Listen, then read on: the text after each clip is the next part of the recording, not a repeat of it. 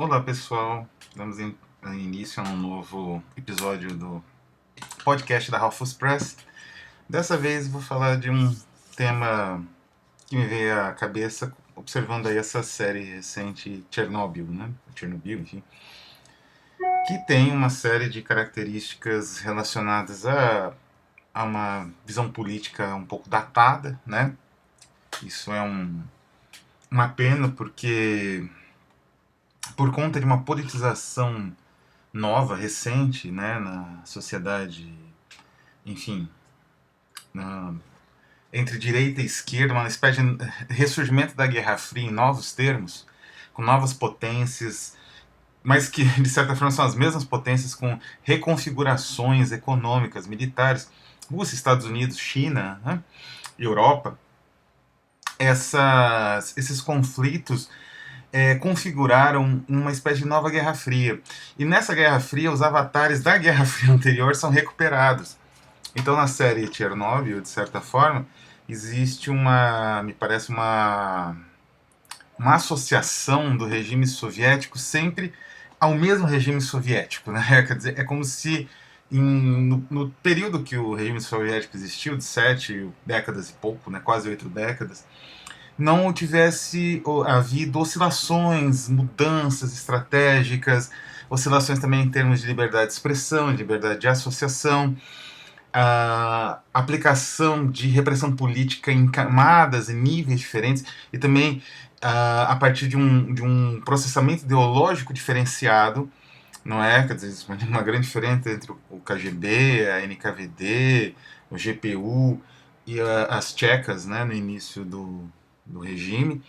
Enfim, tudo isso é aplainado e nós temos uma configuração do soviético, né? Quer dizer, ele é um cidadão que quer se revoltar, provavelmente porque ele quer a volta de um maravilhoso capitalismo ou a ascensão, né, do seu país para esse universo, é o que a série parece propor, mas ao mesmo tempo tem muito medo de ser fuzilado e de agentes da KGB bigodudos, né, que toda hora surgem nesse tipo de produção. É curioso que existe também uma forma um pouco estereotipada de tratar, né, quer dizer, Hollywood, ela é uma indústria, por ser até uma indústria, depende dessa padronização. Também os nazistas, né, os nazistas têm essa mesma configuração, que é funcional, evidentemente, o pior tipo de vilão do cinema americano é o nazista, mas ela é, claro, redutora. E por ser redutora, eventualmente perigosa, não é? Porque acaba construindo involuntariamente uma imagem destrutiva, né? Bom, mas voltando a Chernobyl, então esse problema, por outro lado, a própria série, ela tem uma dificuldade na abordagem de certas questões. Talvez a questão mais difícil da série abordar seja a ideia de sacrifício. É curioso como ah, uma certa percepção crítica ela facilita uma simplificação psicológica e também em termos éticos das pessoas, do universo, né? Então, no caso, por exemplo, de Chernobyl e de outras séries e alguns filmes semelhantes, a ideia de alguém se sacrificar pelo Estado, enfim, pela revolução, né, comunista ou soviética, ou então pelos seus camaradas, pelas pessoas da sua cidade, do seu país, seus compatriotas, isso não parece acessível, né? Então aquelas pessoas elas são sempre tão aparentemente compradas, quando elas são coagidas pelos agentes da KGB, bigodudos, elas são mercenárias, então elas aceitam um pagamento irrisório e por ignorância elas se envolvem num trabalho extremamente perigoso. Existe, evidentemente, o cinismo existe, né? E isso é explorado na série, em outros filmes, né? Tem a morte de Stalin, também tem bastante disso, num contexto bem realmente em que o KGBista bigodudo era uma realidade, ele poderia te matar ou te mandar para um gulag com mais facilidade do que um Gorbachev, né? Que não é, eu vivi a época de Chernobyl, né? Um pequeno parênteses aqui, pessoal, para isso, foi algo fascinante. Eu assistia na televisão aquilo, era entre mais ou menos como ocorre hoje com o coronavírus, né? Quer dizer, entre ali as notícias de esporte, aquela notícia final alegre, né, para subir o espírito das pessoas, você tinha um jornalista mais sisudo, né, ali tomou cuidado de ficar mais sério, comentando a respeito de um desastre nuclear que poderia destruir a humanidade inteira, pelo menos toda a Europa, né? E ou pelo menos a Ucrânia, né? A Ucrânia precisa desaparecer do mapa, dependendo ali dos resultados ou da demora, né, de atuar de certos setores militares, e, enfim, né? Mas e eu consumi produtos, era interessante que nessa época chegou ao Brasil leite em pó, carne, era uma época, como sempre ocorre nesse país, de escassez e de preços altos, e hiperinflação, evidentemente. Então, a chegada num país de leite em pó, vindos da Dinamarca, especialmente os países escandinavos, Dinamarca, acho que até hoje minha mãe tem guardado a lata de leite em pó dessa época, da Dinamarca, não sei se é uma boa ideia, da carne dessas regiões, mas enfim, retornando, e a Rússia chegou no mercado brasileiro de automóveis, não é? Com propagandas aliás com o próprio Gorbachev, que aparece na série como um aparachique, né? Como uma pessoa ali fria, calculista, e, enfim, um militante comunista, né? Um militante burocrata, né? Que vai querer ali só a sobrevivência do seu sisteminha ali. É uma visão, eu acredito que muito parcial, muito caricatural. E no meio disso, então, como eu falei, se perde a ideia do que significava realmente aquela usina. Parece que as pessoas. É curioso isso, não é? Aparentemente, a série passa isso, e muitas séries que abordam o regime soviético passam uma ideia de ignorância em relação digamos assim, estruturas não só do Estado, mas até, enfim, de segurança dessas próprias pessoas. Aparentemente, é como se as pessoas fossem, que moravam, sei lá, na Ucrânia, ali perto de Pripyat, né, perto de Chernobyl, elas fossem inocentes e não soubessem o que existia ali. Fosse um enorme segredo e elas fossem ali, não é? Porque, aparentemente, para o espectador, nos dias de hoje, é só isso que explica alguém se arriscar a tentar apagar um incêndio radioativo, por exemplo. Ou, enfim, né? É não saber, embora aparentemente na própria série fique bem claro que todo mundo sabia. Mas existe ainda essa ideia. E esse é, digamos assim, o grande nó. E é aí que vem o título do nosso podcast, né? Quer dizer, esses mares selvagens, não é? Do imaginário. O imaginário ele é um mar selvagem quando você não tem o poder da analogia. Quando o Yomislev ele propôs, não é, uma espécie de suavização, na verdade uma resolução de um paradoxo, digamos assim, que perturba epistemologicamente a teoria linguística, mas não a essência dela. O Yomislev, que é o Louis Yomislev, o linguista dinamarquês, criou, né, o Círculo de Copenhague. Ele propôs uma ideia de, digamos assim, de você ter uma forma e uma substância do conteúdo, né? Quer dizer, isso faria com que a ideia de que uma relação binária, uma relação entre forma e conteúdo dada, não fosse absolutamente arbitrária, porque o problema do Saussure era esse, quer dizer, como é que mesa, a palavra e mesa objeto tem uma relação? Eles têm uma relação, certo? Mas porque dessa forma, para começar, né? Então precisa existir como que um elemento suavizador, né? A teoria do Yomislev vem nesse sentido, para que realmente fosse possível a compreensão né, quer dizer, a substância ela teria uma possibilidade pré-linguística, entraria, enfim, todo o campo do sentido vasto, né? Se a gente pensar assim, ah, adaptar um pouco essa ideia em termos culturais, de certa forma, nós temos um vasto, digamos assim, campo mapeado alfabeticamente, de certa forma, com relações, talvez não exatamente binárias, mas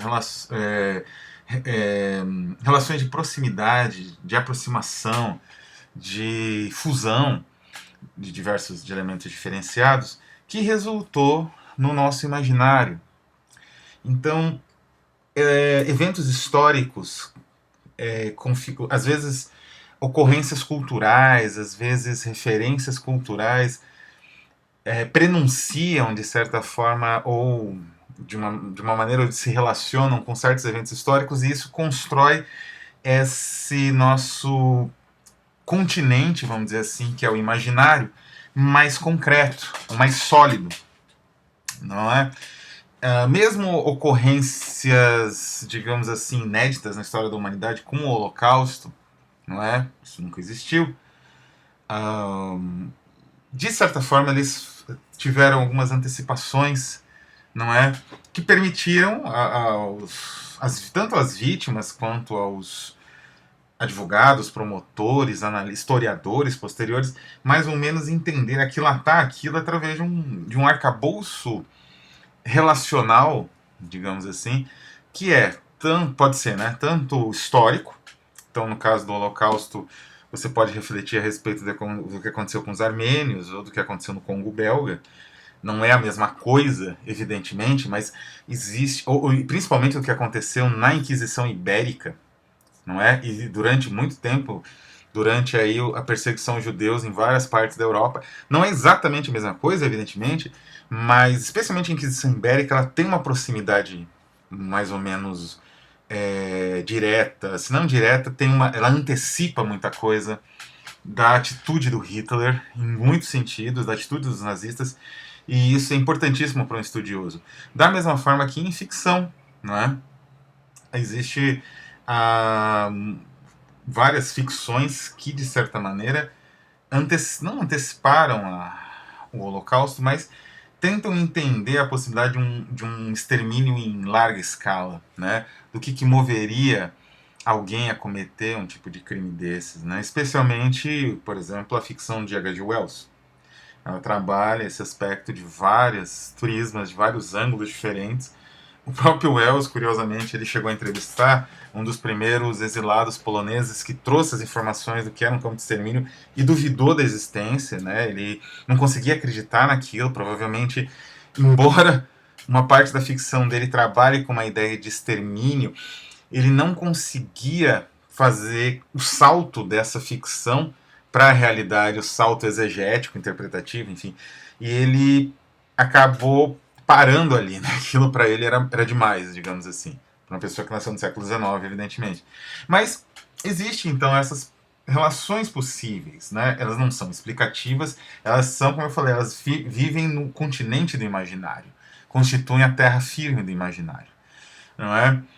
E aí nós chegamos em Chernobyl. Chernobyl é uma espécie de abertura nova nesse continente. É como se você tivesse andando num pântano ah, meio também assim vulcânico, que tivesse ali se constituindo como um território novo, não é? Porque são poucas as referências. Nós não temos nem referências históricas, nós não temos referências ficcionais, não temos um bestiário para evocar, não é? O que nós temos em relação a Chernobyl é o que já é, digamos assim, o mito poético, por assim dizer, da era atômica, que é recente. Começou a ser construído nos anos 30, 40, né? Então, na verdade, um pouco antes, no início do século XX, por Wells, aliás, um dos construtores desse mito poético, mas ele é recente. Então, por outro lado, a energia atômica, tanto no Ocidente quanto no Oriente, ela é essencial, né? Uma boa parte da energia, só nos últimos 40 anos, mais ou menos, acho que não chega a 50 anos, quer dizer, nos últimos...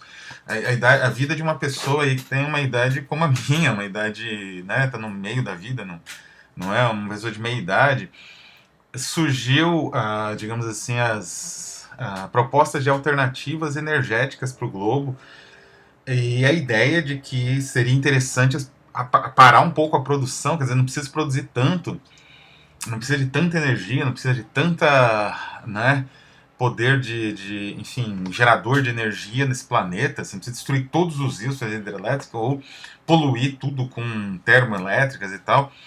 Você pode parar um pouco, pisar no freio, parar um pouco o consumo, parar um pouco a produção exagerada de objetos que você não necessita. Então, Chernobyl poderia ser perigoso, terrível, eventualmente. Bom, então poderia ser, né, algo assim terrível, perigoso, mas não era, digamos assim, a energia atômica era aceita, né? Era uma necessidade.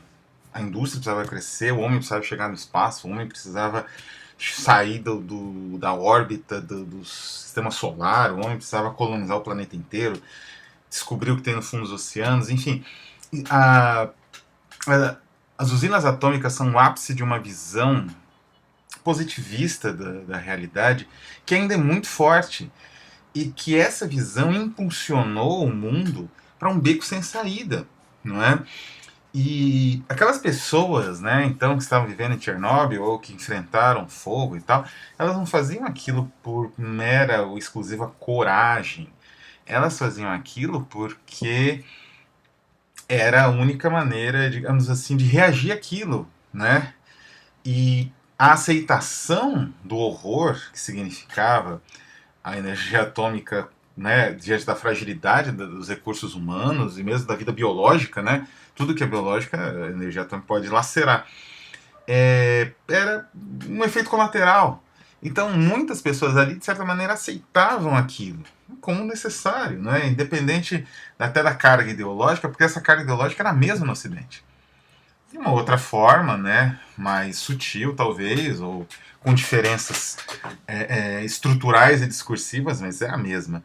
E isso porque, de certa maneira, não existia, né, como eu falei, o território do imaginário em torno do nuclear, ele começou a se constituir de uma forma muito contraditória, né?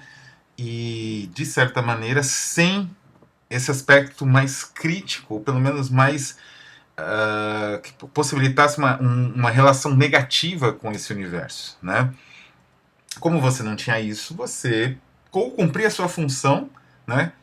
Pura e simplesmente parecia algo que muitas vezes o pessoal na série não parece compreender. Alguém cumpria a sua função, cumpria o seu emprego, ou fazia aquilo realmente motivado pela ideia de ajudar as pessoas ao redor dela, mas uma ajuda nesse sentido quase ingênuo, né? Quer dizer, nós vamos pegar esses artefatos com radiação extrema, que fazem computadores parar de funcionar, robôs parar de funcionar, mas ao fazer isso, nós ajudamos, né, as pessoas no nosso país ou da nossa região e tal, e é isso que é mais importante.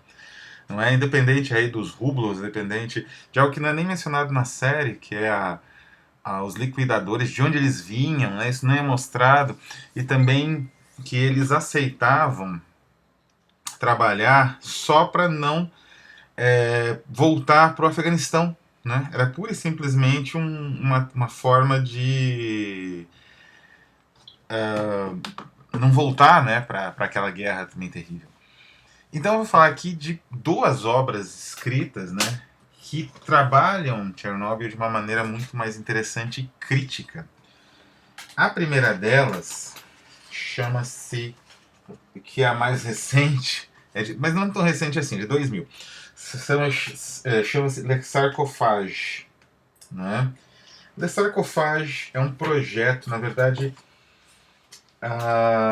o escritor, que é o Pierre Crestin, ele trabalhou muito com Enki Bilal, que é o desenhista do Sérvio, se não me engano. Eles trabalharam na A Caçada, as ordens as falanges da Ordem Negra, em várias HQs de temática política. E depois de um certo tempo, o Pierre Crestin ele resolveu então fazer uma proposta um pouco diferente. O que ele faz no sarcofágio? O Sarcophage, que é uma edição bonita da Argot, né? A edição francesa e tal. Ela não é uma HQ, ela é um livro ilustrado e ela se apresenta como uma proposta, assim, uma proposta curatorial, vamos dizer assim, uma proposta de curadoria para a criação de um museu, né, da região. A ideia é transformar a região do reator, né, da usina de Chernobyl, e a região ao redor da zona de exclusão de Pripyat numa espécie de museu a céu aberto. Uma vez que já nessa época, em 2000, começou uma espécie de turismo ao estilo de Stalker, né, o filme. Talvez Stalker seja o filme, né, do Tarkovsky, a grande antecipação, né, do que aconteceu ali em Chernobyl. Mas voltando, né? Como já começava esse tipo de busca ali, o Cristã ele propôs isso, a criação de um museu naquela região enorme, não é? E o museu ele teria, digamos assim, regiões quase, edifício 1, edifício 2, e cada uma dessas regiões seria sobre os conflitos sociais e políticos da época de Chernobyl. Então, você vai ter o conservatório, a sala dos talibãs, né? Depois você vai ter vários edifícios, né, os Batman, na verdade, que seriam ali onde vão enfim, as atrações do museu, né? Que seriam atrações históricas, né? Não só atrações artísticas assim. É muito instigante. Os desenhos do Bilal eles são feitos sem um aparente acabamento, né, com técnicas mais de aquarela, e são instigantes, né, a maneira como eles acontecem. E nos intervalos, vamos dizer assim, entre a exposição de tudo que vai existir supostamente nessa proposta de museu, né, de transformação da região de Chernobyl num museu, você tem um levantamento jornalístico, né, com várias citações jornalísticas sobre o que aconteceu, sobre tudo, e no final uma bibliografia enorme, aliás, com citações diversas de documentários e tal do que aconteceu em Chernobyl. É um livro, evidentemente existe outros livros importantes. Aqui eu estou comentando livros mais diferenciados e pouco conhecidos, e propostas diferenciadas, né? É um livro instigantíssimo, né? Muito instigante. Eu já propus a tradução desse livro, mas não é tão simples assim. Vale a pena conhecer, vale a pena procurar. É fácil de achar, ele é relançado com certa frequência, e é Le Sarcophage, né? O título, nesse caso, alude ao sarcófago, né? Como é o nome da construção. Como eu falei, aí a linguagem começa realmente a ter algo de terror sagrado, né? Como se fosse um sarcófago egípcio, cobrindo ali aquela região terrível, né? Terrivelmente radioativa do reator, do núcleo do reator está exposto até hoje, quer dizer, está coberto pelo sarcófago. E aí você começa a ter uma linguagem de horror sagrado aí, não é, que o cristão percebe e já começa a utilizar também na proposta, digamos assim, entre aspas, dele. A segunda obra, ela é bem anterior ao Sarcófago, de 1978, e ela é uma história em quadrinhos, não é? Escrita pelo casal Louise e Walt Simonson, e com arte de dois ilustradores absolutamente incríveis, que é o J.J. Muth e o Kent Williams. Eles trabalharam, enfim, em ilustração. O Kent Williams faz capas para edições da Criterion. O J.J. Muth trabalhou em adaptações de M, o Vampiro de Düsseldorf, do Drácula para HQ, enfim, são ilustradores de grande peso, grande prestígio. E em 1988, né, assim, praticamente a, o acidente tinha acontecido há 3 anos antes, né, 2 anos antes, né, em Chernobyl, e eles então resolveram, esse time, montar uma HQ de herói baseada no acidente. Pode parecer uma trama algo, né, quando a gente vê algo, enfim, reles ou menor, quando a gente vê toda a pompa e circunstância da série da HBO, Chernobyl, mas a verdade é que a história imaginada, embora com muitos elementos ali de fantasia pura, né? Mas a narrativa imaginada para o Meltdown, que é o título em inglês, foi lançado no Brasil como Fusão na época, mesmo em 1988, é bem mais complexa que a própria história do Chernobyl, né, da série, e narra o seguinte: são dois heróis, o Wolverine e o Destrutor, que é o irmão são X-Men, né?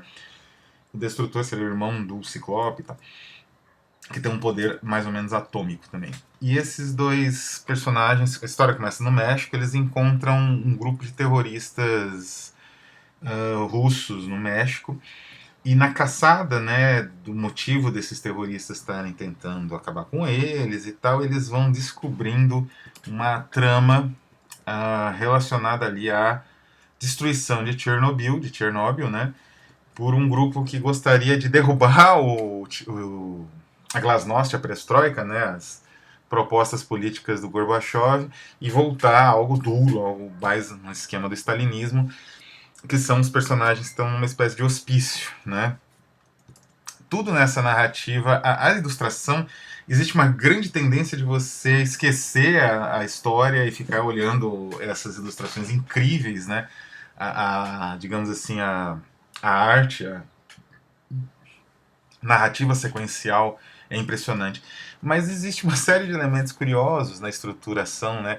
A ideia dos personagens estarem numa espécie de hospício, não só uma ironia com a noção dos soviéticos, né, colocando no hospício os opositores políticos, que era verdade nos anos 70, 60, mas também com uma concepção vinda de alguns críticos